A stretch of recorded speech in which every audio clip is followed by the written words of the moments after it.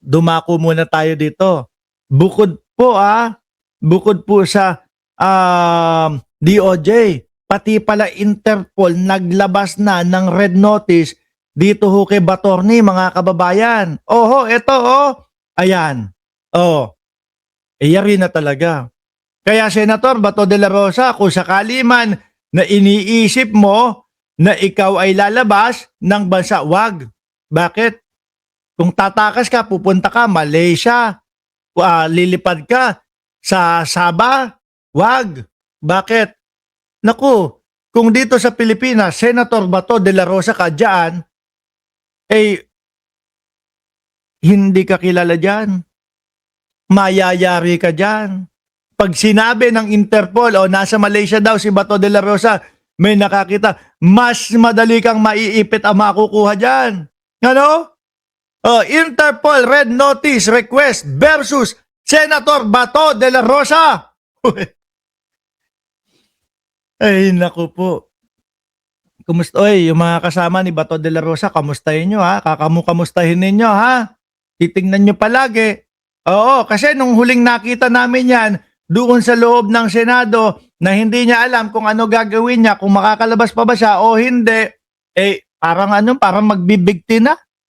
Di ba? Parang yung mukha ho ano tawag doon, yung tipo bang namumutla na, putlang-putla na, mga kababayan. Di ba? Baka mamaya, bigla na lang isabit niyan yung sarili niya. sa kung saan man.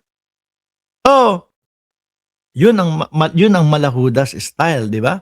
Department of Justice spokesperson Attorney Polo Martinez confirmed that on Thursday, the Interpol Red Notice request against Senator Bato de la Rosa, as far as I know, there is an application for the Interpol Red Notice. That's a remedy available to us. Earlier today, law enforcement agencies like the Police and National Bureau of Investigation effect the arrest of Ronald Bato de la Rosa, valid and enforceable warrant from the International Criminal Court, Justice Secretary Frederick Bida. At ano po ang kilos na gagawin, mga kababayan, ng kapulisan o ng PNP? Ito po, mga bossing. Ang pahayag ng Philippine National Police sa pagpapaaresto kay Bato de la Rosa. Ma'am Elena Garcia, matuloy si Bato, isang mata dilat.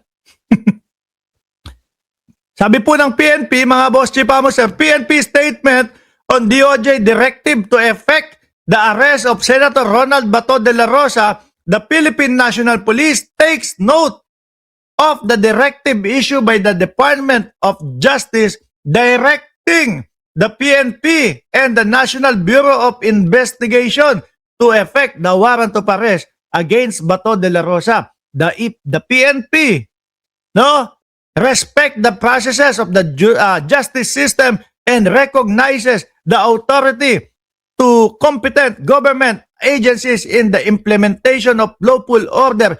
Nakita ko sabi ni Pido Dido, tulog manok. Malamang ho, ganyan na yan. Mga kababayan.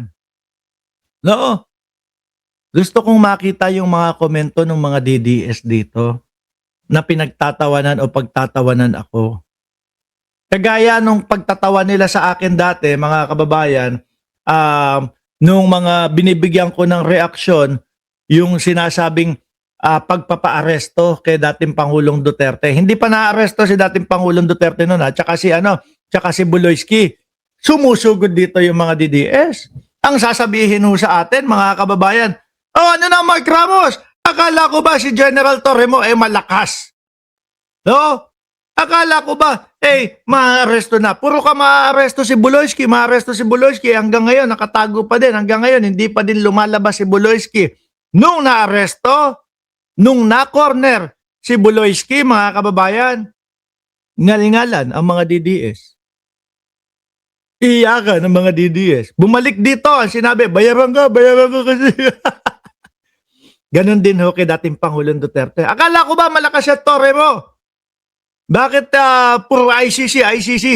Nung naaresto si dating Pangulong Duterte, nag-iyakan ng mga DDS. Ngayon siguro naiintindihan ko na ho mga kababayan kung bakit wala nang mga nagkokomento ng mga DDS dyan dahil alam na nila ang sasapitin nitong si Bato de la Rosa. Ano po? Kaya wala na, hindi na nagko-komento. Naku kapag ka nagkomento na naman ako kay Mark Ramos, tapos mga ilang araw mahuhuli na si Bato de la Rosa, iiyak na naman ako. Oh, baka mga nagre-ready na ho ng luha, mga kababayan. Pero ang napansin ko dito, hindi po mas less yung iiyak kay Bato de la Rosa. Ano ho? Hindi kagaya nung kay dati. Bagay, si dating Pangulong Duterte yon. Miski si Bongo nga ho, umiiyak. Sabi, wala akong tsinelas. Si dating Pangulong Duterte, malamig po dun Huwag ka magalala, Bongo. Yung pinakalat mo na walang tsinelas o walang saplot yung paa ni dating Pangulong Duterte, sa mga susunod na buwan, siguro tatagal ng 2 buwan, base po ito kay dating Senador Antonio Trillanes, ikaw naman ang susunod na makakaranas nitong kay Bato de la Rosa.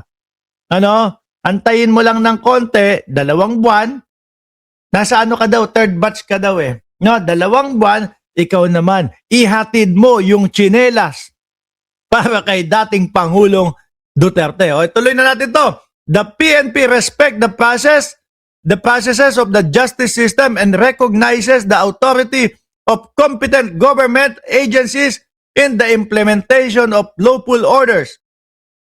As a law enforcement, siguro mabigat sa kalooban ni Nartates ito. No, kasi sinasabi ho nila, hindi naman ako sure, na close daw itong si General Nartates kay Amy Marcos. No, siguro mabigat. Siyempre si Amy Marcos ayaw ipapa-aresto ito si Bato.